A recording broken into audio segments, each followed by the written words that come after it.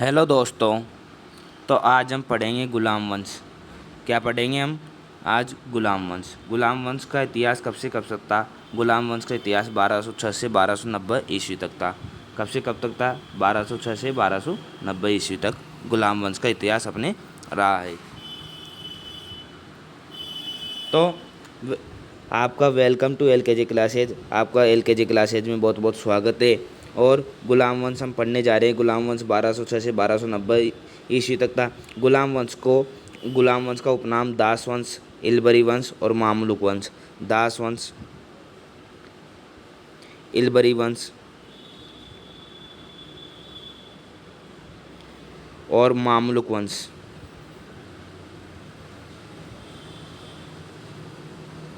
Mamluk वंश, ये तीन वंश गुलाम वंश के थे। ठीक है।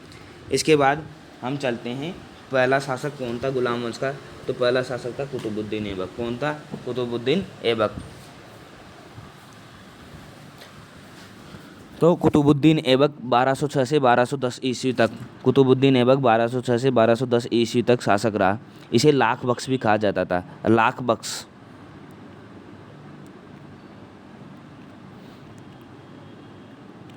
लाख बख्श कहा जाता था। ठीक है। लाख बख्श क्यों कहा जाता था? क्योंकि ये किसी को 1 लाख रुपए देकर, किसी को 1 लाख रुपए देकर उससे पैसे वापस नहीं मांगता था, अर्थात 1 लाख रुपये का तक का दान दे देता था। तो इसकी उदारता के कारण इसे क्या कहा जाता था? लाख बख्श कहा जाता था। इसकी उदारता के कारण इसको क्या कहा जाता था? लाख बख्श कहा जाता था। ठीक है। इसे क्या कहा जाता था? लाख बख्श कहा जाता था। कुतुबुद्दीन ऐबक राजधानी दिल्ली से लाहौर लेकर गया था। यह राजधानी को दिल्ली से लाहौर लेकर गया था। और ये पहला ऐसा शासक था दिल्ली सल्तनत का जिसने जो राजधानी है उसको चेंज किया था, मतलब राजधानी परिवर्तन करने वाला पहला शासक था। ये दिल्ली से लाहौर लेकर गया था। इसने प्रथम बार राजधानी परिवर्तन की थी। ऐबक ने पहली मस्जिद कुवैत उल इस्लाम, ये आपको याद रखना है, ये इम्पोर्टेंट है, कई बार पूछा गया पेपर में कई बार पूछा गया प्रश्न है। CGL MTS इनमें तो ये पूछा ही जाता है हमेशा। तो ये चीज़ आपको याद रखनी है। कुवैत उल इस्लाम मस्जिद किसने बनवाई? कुतुबुद्दीन ऐबक ने, जो कि कहाँ पे? दिल्ली में। ऐबक ने दूसरी मस्जिद 2.5 दिन का झोपड़ा, ये भी इम्पोर्टेंट है, 2.5 दिन का झोपड़ा, ये कहाँ पर है? अजमेर में। कहाँ पे है ये? अजमेर में। ठीक है। इसकी मृत्यु पोलो या चौगान खेलते हुए 1210 ईस्वी में हुई थी। इसकी मृत्यु पोलो या चौगान खेलते हुए 1210 ईस्वी में हुई थी। इसकी मृत्यु पोलो या चौगान खेलते हुए 1210 ईस्वी में हुई थी। पोलो खेलते हुए कौन, ये कई बार पूछा गया प्रश्न है कि पोलो खेलते हुए कौन सा शासक मरा या किसकी मृत्यु हुई थी? पोलो खेलते हुए कुतुबुद्दीन ऐबक की मृत्यु हुई थी।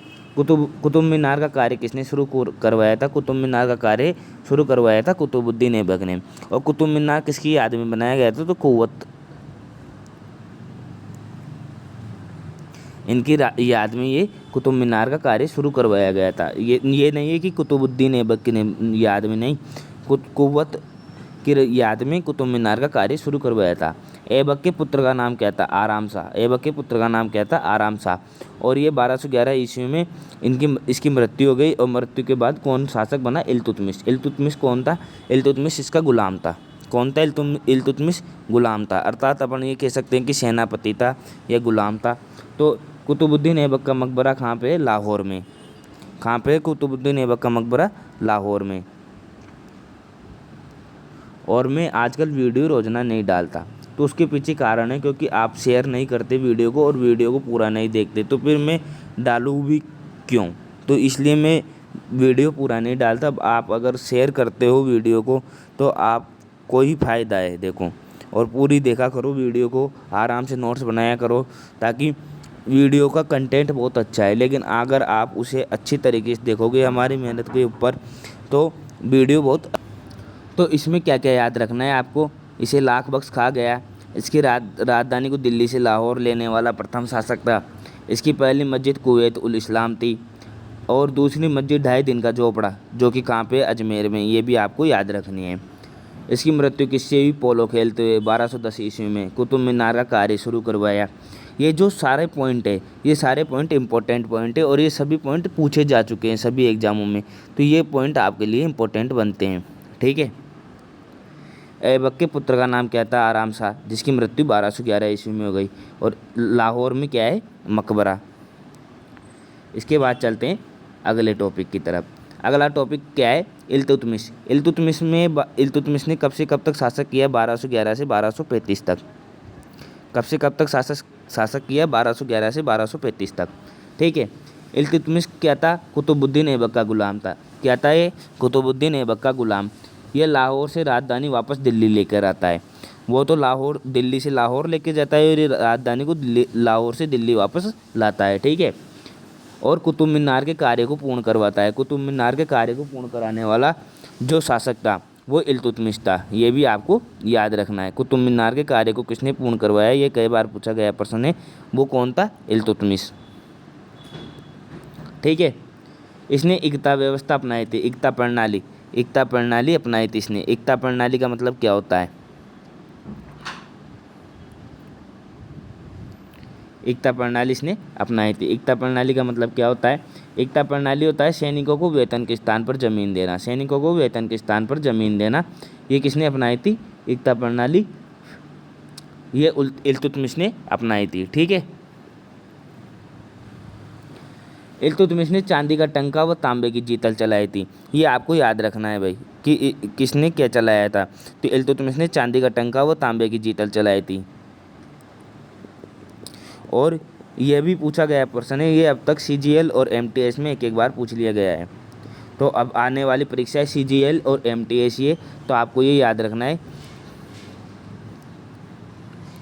जो SSC के मोस्ट इम्पोर्टेंट क्वेश्चन होते हैं ना इतिहास के, वो यही होते हैं। ठीक है।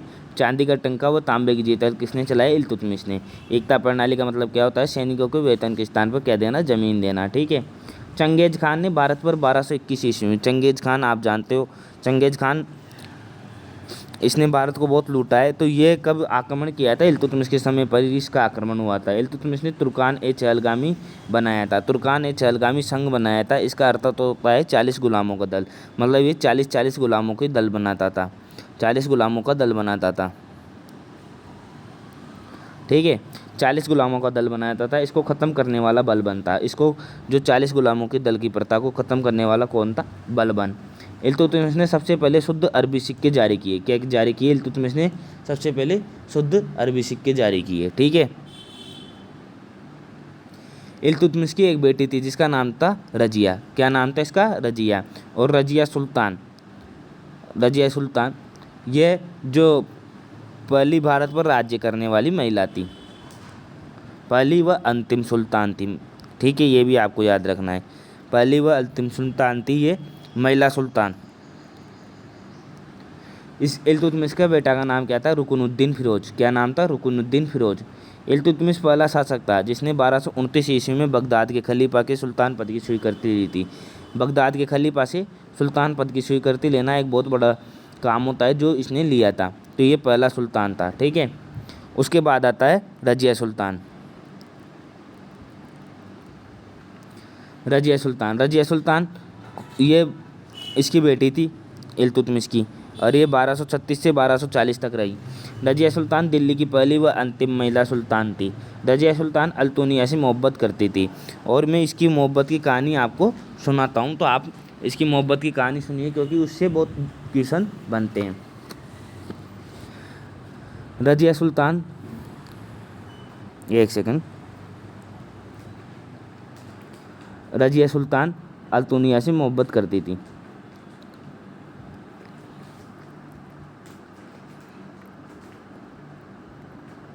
अल्तुनिया से मोहब्बत करती थी। ठीक है।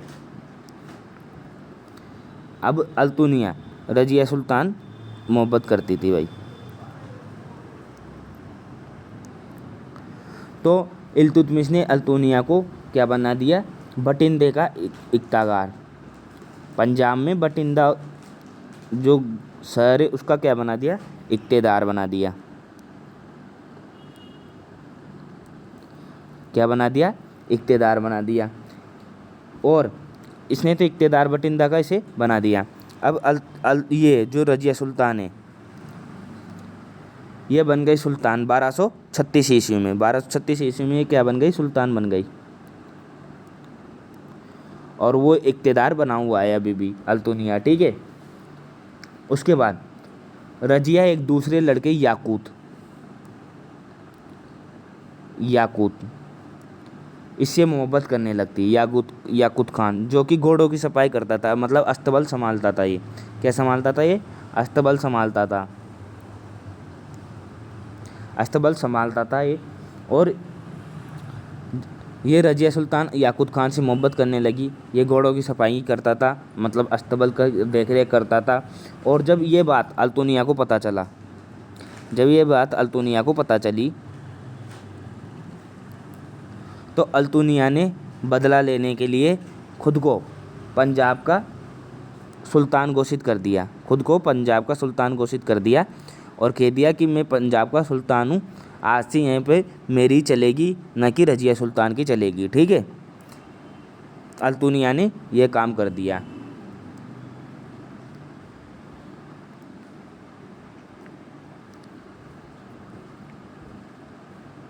तो रजिया सुल्तान अपनी सेना लेकर याकूत खान के साथ अल्तुनिया से लड़ने पंजाब चली गई, ठीक है। अल्तुनिया से लड़ने पंजाब चली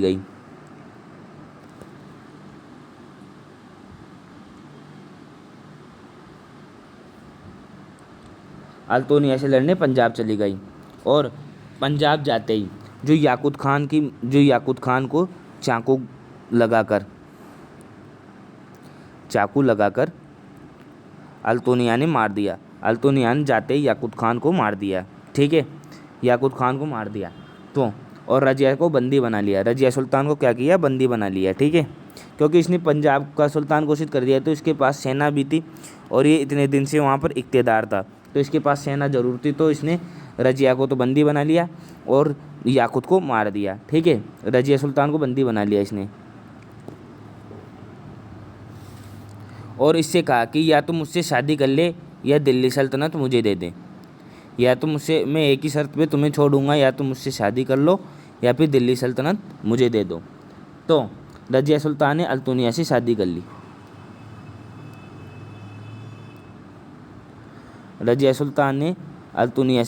ली। ठीक है। और जब ये रजिया सुल्तान व अल्तुनिया जब कैथल हरियाणा में आए तब 40 गुलामों ने मिलकर इनकी हत्या कर दी और ये प्रथम तुर्की महिला शासक थी।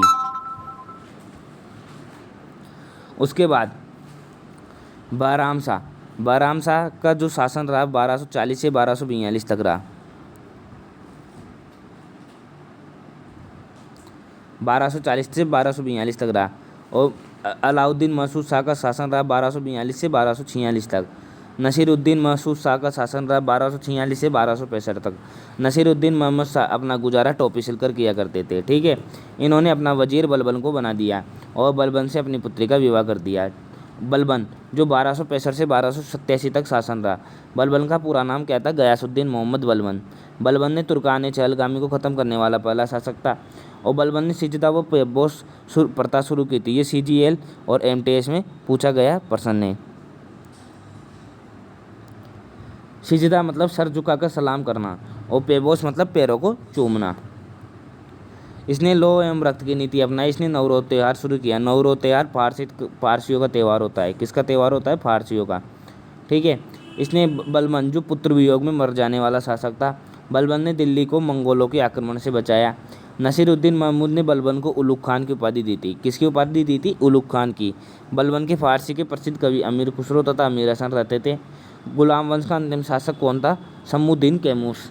बलबन का जो वास्तविक नाम था वो बाहुद्दीन का। क्या था? बाहुद्दीन, ठीक है। तो ये बलबन हो गया अपना, और ये अपना गुलाम वंश यहीं पे ख़त्म होता है, ठीक है। गुलाम वंश ख़त्म हो गया। इसके बाद अपने चलेगा खिलजी वंश। क्या चलेगा अपने? खिलजी वंश। तो आप वीडियो अगर आपको पसंद आई हो तो लाइक कर देना और चैनल पर नए हो तो सब्सक्राइब कर देना, ठीक है।